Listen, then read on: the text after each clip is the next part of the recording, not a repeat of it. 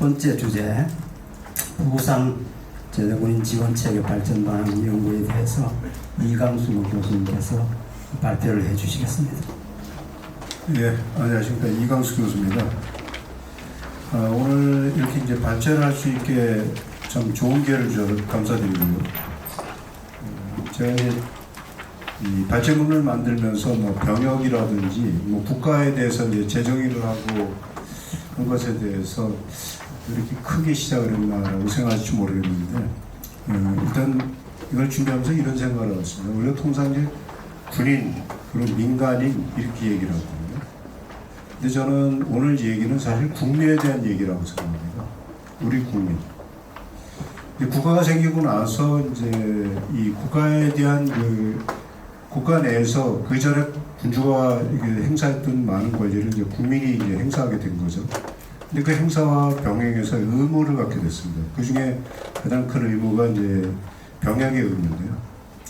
병역의 의무는 그 병역을 업으로 하는 사람도 사실은 대한민국 같은 경우는 의무병 제도로 병으로 갈 것인가 아니면 직업군인제로 해서 간부로 갈 것인가에 대한 선택의 문제지, 이게 다 똑같은 병역 의무를 하는 것이거든요.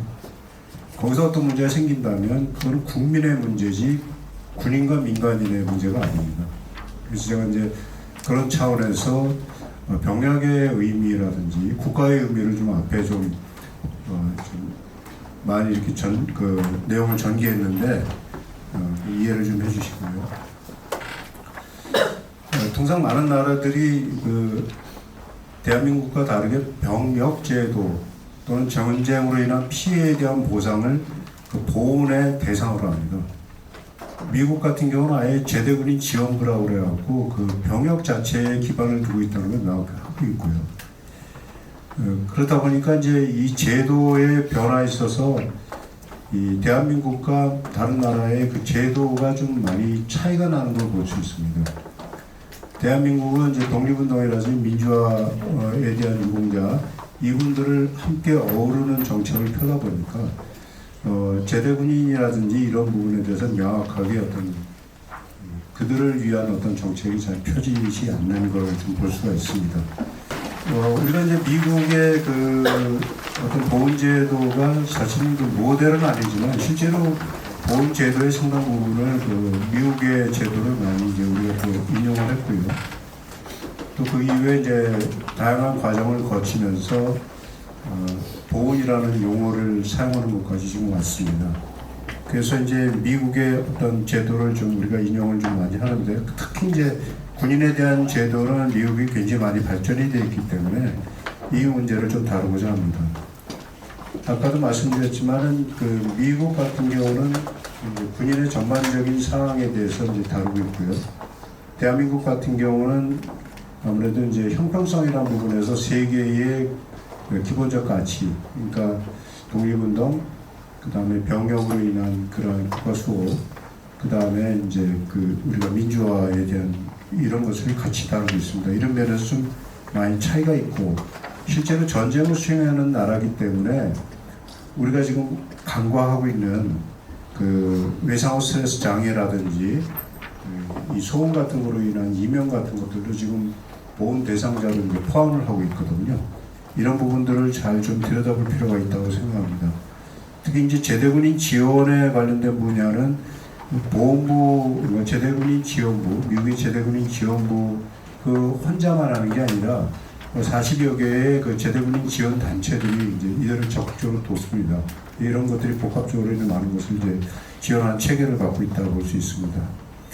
자, 이제 미국 거랑 우리 거를 좀 비교를 해보겠습니다. 일단 대한민국 같은 경우는 이제 국방부에서 이제 부상이 발생되면은 실제로 보시는 것 같이 21쪽에서 보시는 거, 제가 죄송한데 이게 내용을 만들다 보니까 조그맣게 이제 내용을 해서 눈에 잘 보이실지 모르겠는데, 이 발병경위서라는 것을 가지고 이제 시작을 합니다. 이 발병경위서가 중요한 것은 뒤에도 말씀드리겠지만, 이 발병경위서를 시작으로 해서 정사상의 처리라든지 이 모든 것들이 시작이 되기 때문에 여기서 지금 잘못 기록이 되게 되면 결국 뒤에까지 계속 영향을 주고 근데 이것이 이제 지휘관에 의해서 확인이 된다는 면이 최초부터 이제 어그러질 수 있는 여지가 좀 있거든요.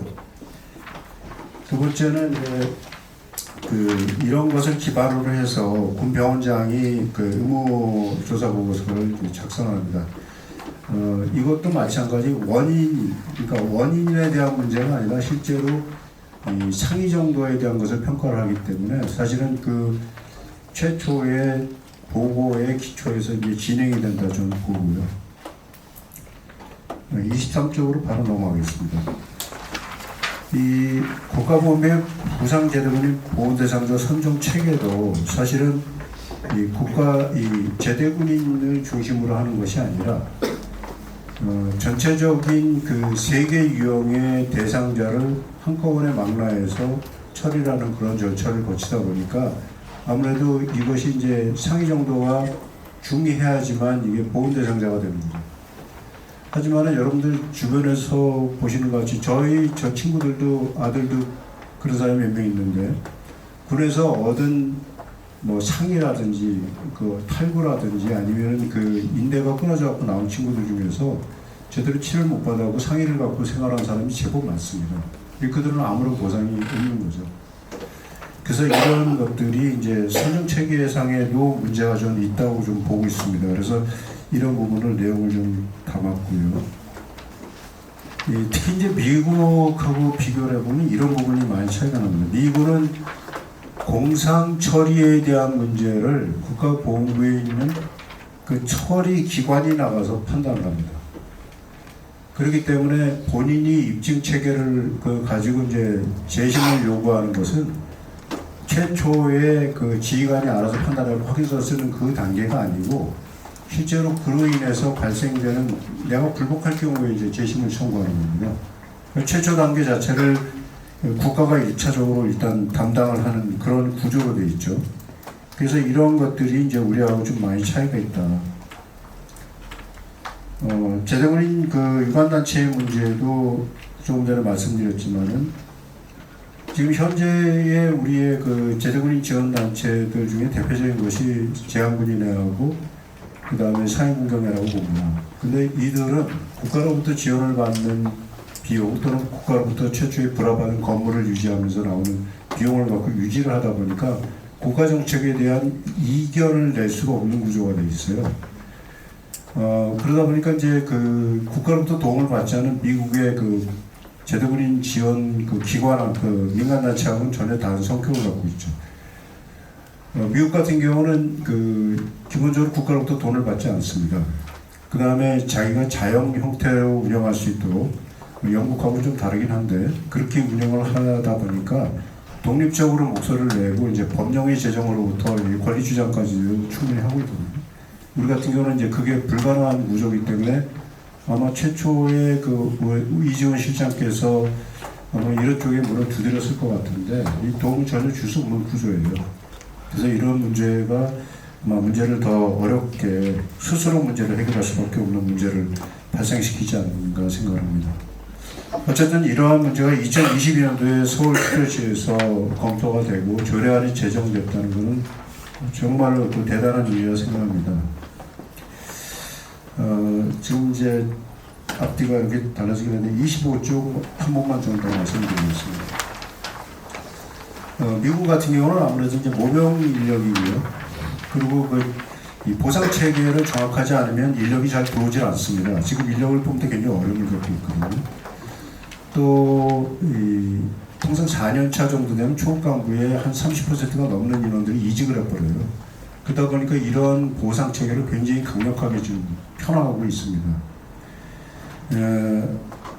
하지만은 이 나라도 인력이 보면은 실제 한 120만 정도 되는 운영 인력을 운영하고 있거든요. 그러니까 어떻게 비교해 보면은 이들이 보험부에서 나가서 현재 공사장을 처리하는 그 과정이 우리보다 훨씬 더 어려울 거라고 봅니다. 근데 이들이 이걸 하고 있거든요. 우리 같은 경우는 내부 국토 내에서의 전공사상이 벌어집니다. 그래서 이들이 하고 있는 어떤 등급 결정관의 문제 또 그 재정의 서비스 담당관이 현지에 가서 직접 확인을 하고 1차적인 어떤 판정을 하는 것. 이거는 우리가 좀 더 우리의 방식에 맞게 어떻게 발전시킬 것인가를 생각해야 된다고 봅니다. 28쪽으로 바로 넘어가겠습니다.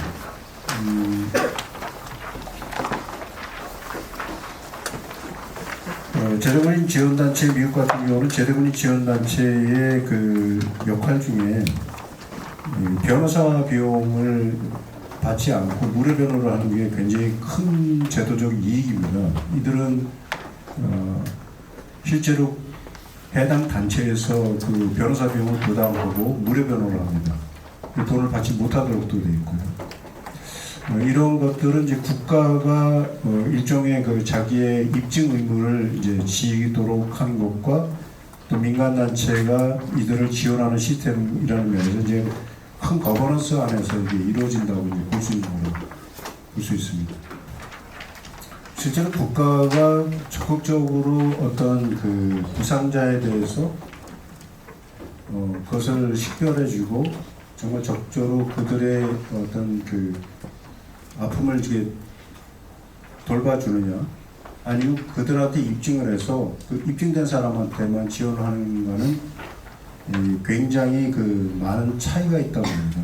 그게 왜 그러냐면 우리 이제 옆에 계시는 존경하는 김병경 이사님께서 글을 쓰신 걸 제가 보고 연구를 많이 했는데 말년 이제 제가 내용을 주었는데 우리가 전쟁에 젊은이들이 나가는 것은 그 전쟁이 정의롭기 때문에 나가는 것보다는 그 전쟁에 나갔던 사람들이 국가로부터 어떻게 대우를 받고 있는가를 보고 그 젊은이들이 그걸 보고 전쟁에 나온다고. 내가 전쟁에 나왔고 또는 병역 의무를 수행했는데 돌아와서 부상 않고 돌아왔는데도 불구하고 국가가 그래서 지원하는 것이 이렇게 잘 안 된다면 아마 그 주변에 있는 사람들은 군대 가서 다치면 안 된다는 얘기를 할 겁니다. 아무튼 이런 부분들 때문에 한미 제도를 통해서 보는 건 제도적 문제도 있지만 이 가치 체계라든지 지원에 있는 기본적인 정신을 좀 우리가 좀 봐야 되지 않나 생각이 됩니다. 제도군인 지원 정책 발전은 이제 앞에 있는 것을 이제 풀어냈다고 보시면 되겠는데요. 우선 불합리한 조사 및 그 입증 체계를 개선해야 됩니다. 왜냐하면 이것이 요건 조사로부터 모두 다 이루어집니다. 최초에 식별하고 했던 모든 것들이 결국 저희까지 영향을 줍니다. 영국이나 미국은 기본적으로 이게 공상이냐 사상이냐 하는 그 기본 내용이 있습니다. 거기에만 해당되면 일단 공상으로 처리를 합니다. 우리 같은 경우는 지휘관의 확인서에 기초하는 게 굉장히 크거든요. 근데 통상 지난번에 국방부 조사한 걸 보면 군에서 지휘관들은 그 인과관계와 군의 활동으로 인해서 발생되는 문제에 대해서 책임을 지지 않는 경향들이 좀 있기 때문에 이거를 주로 그 사상 형태로 많이 기술을 합니다. 내용을 읽어보면. 저도 이제 그런 심의를 들어가 보면 실제로 그 개인한테 과실을 부과하는 경우는 정말 많이 봅니다. 근데 그 부과하는 그 과실은 밑에 계급에 많이 부과되고 위는 또 그렇지 않아요. 그래서 이런 분야를 우리가 기본적으로 좀 제도적으로 이렇게 보완을 해야 되겠다라는 생각을 합니다. 첫째로 우리도 도급결정관 같은 제도를 운영해야 된다. 이게 군에서 운영하든 아니면 제3의 기관에서 운영하든 보건복지부에서 운영하든 보건부에서 운영하든 제도를 만들어야겠다는 생각을 합니다. 두 번째는 그 입증을 기록하는 그 문서 자체에도 그 본인의 기술과 지휘관의 기술의 이원화를 해야 되지 않는가 생각합니다. 지휘관이 어떤 기술을 했건 간에 본인이 기술한 것을 가지고 나중에 문제가 발생됐을 때는 그 두 가지를 비교해 가면서 조사를 할 수 있는 제도를 만들어줘야 되지 않는가 생각합니다. 이 신청의 구제 노력은 어떻게 해야 될지는 좀 더 고민을 해봐야겠지만 이 지난번에 그 들어간 돈과 기간에 대해서 여러분들이 발표를 하신 걸 제가 들었는데 정말 많은 돈과 많은 시간이 걸리더라고요. 이건 어떤 방식이든지 지금 이 서울시가 하시는 건 정말 대단한 역할을 하시는 건데 이거를 좀 더 국가적으로 좀 지원하는 제도를 만들어야 된다고 봅니다.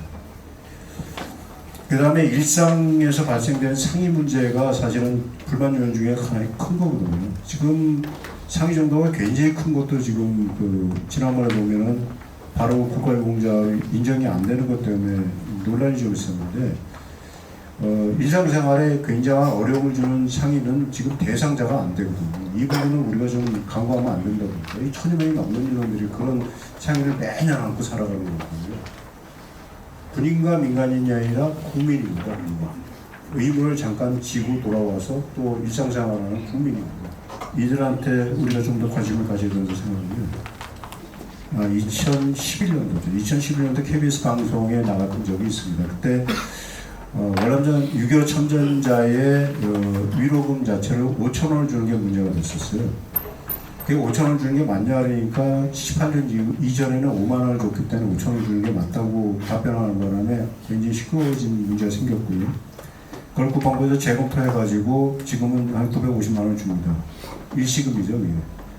그런데 이제 이것이 꽤 오래전부터 논의가 됐었지만 국방부와 국가보훈부가 서로 대화를 하지 않다 보니까 이 문제가 그대로 그냥 안고 온 거예요.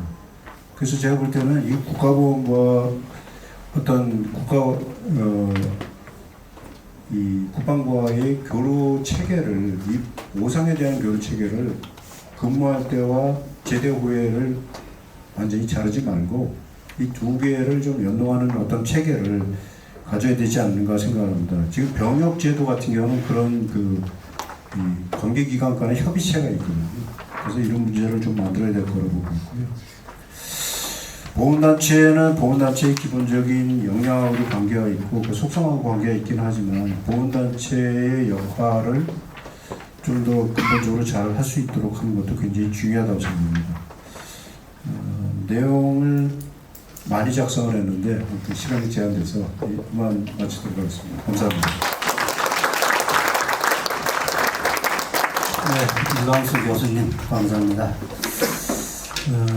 여러 가지 면에서 좀 검토를 해주셨는데 기본적으로 입정을 어떻게 보면 입정 책임 문제, 본인보다는 군 내부에서 또 우리 보훈부하고 연결해서 입정 책임을 어떻게 개선할 것인가 그런 부분.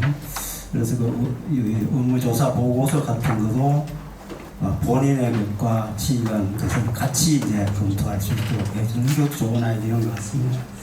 사실 이제 이 부분에 대해서는 그 입정 책임이 이제 우리도 이제 선진국이라고 그러잖아요. 그래서 선진국의 보훈기구에서는 입정 책임이라는 부분이 국가 책임으로 지금 옮겨가고 있습니다. 사실은 내가 입정을 해야 되는 것이 아니라 국가가 입정을 못하면 나의 신청을 받아 주어야 된다는 개념으로 이렇게 발전해 나가고 있는 것이죠. 그래서 뭐 이런 부분도 우리가 좀 전향적으로 해야 되겠다 이런 생각을 하고요. 여러 가지 구제 제도에서도 본인이 아까 우리 여러 가지 부상 제대 군인으로서 겪었던 경험담 이런 걸 들려주셨는데 이런 부분들도 본인이 뛰어서 해결해야 된다고 하면 이거는 많이 뒤떨어진 거잖아요. 국가가 앞장서서 해야 된다 이런 생각을 하고요. 저는 제가 수년 전부터 저는 보훈부 보훈업무 쪽을 일에서 직접 떠난 게 벌써 10여 년이 지났기 때문에 제가 좀 이해하기가 어렵습니다만 그래도 지금도 여러 가지 이제 그런 분야에서 이렇게 같이 또 도움도 드리고 이렇게 하는 부분이 있어서 그런 얘기를 좀 많이 했습니다. 우리 보훈부에서 공헌기록관이라는 기록관이 됐든 기록센터든지 이런 기구를 하나 좀 만들어 가지고 기왕의 공헌도 빛내주고 공헌도 찾아주고 또 아까 여러 가지 입정 부분 변호사라든지 법률적인 도움을 줄 수 있는 것도 도움을 드리고 이런 거를 제가 제안을 해놓고 있는데 이런 것이 좀 이루어진다면 좋겠다 이런 생각을 하고요. 또 서울시에서 이제 저는 이런 부상제대군인 상담센터라는 게 있는지를 처음 알았습니다. 이렇게 사각지대에 있는 부분을 서울시에서 착안해가지고 했다는 것 자체는 대단히 의미 있는 일이라고 생각하고요.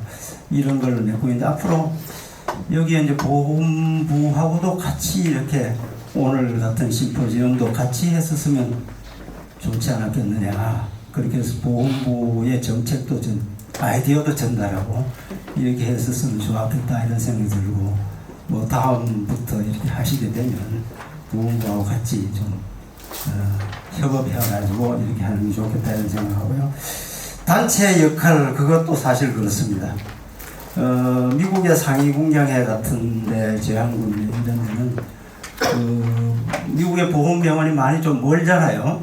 많은 뭐 한 100여 개가 넘는 보건병원이 있지만은 보건병원 이용이 좀 거리가 머니까 어려우니까 각 지역의 상위공장회에서 앰뷸런스 같은 거 이런 거를 탁 이렇게 수송 시설을 만들어 가지고 전부 이송을 해드립니다. 그러니까 이런 것처럼 우리 보건단체도 이런 역할, 또 권리구제, 상담 이런 것도 좀 더 잘 했으면 좋겠다 이런 생각을 하고요. 또 제가 좀 말씀 많이 드리는 것 같습니다만, 제가 오랫동안 보건 업무를 하다 보니 또 제가 또 책임감도 있습니다. 여기에 부모님들도 많이 오셨는데, 그 부산 제대군인의 사각지대가 있다고 한다면 저에게도 뭐 그 책임이 있는 부분이니까 제가 한 말씀을 더 드리는 건데요. 우리나라의 장애의 판단 기준이 일어나 되어 있지 않습니다. 각 부처별로 뭐 우리 보험부는 보험 판단 기준으로, 또 산재보험에서는 산재보험 기준이 따로 있고요. 군에서 전역할 때 등급제도가 또 따로 있고, 이래서 이 부분은 좀 국가적인 그 아젠다로 해가지고 조금 일어나 할 필요가 있겠다 하되, 지금 우리 이강수 교수님 지적하신 대로 그 외형상 신체적인 장애 인주리라고 하잖아요.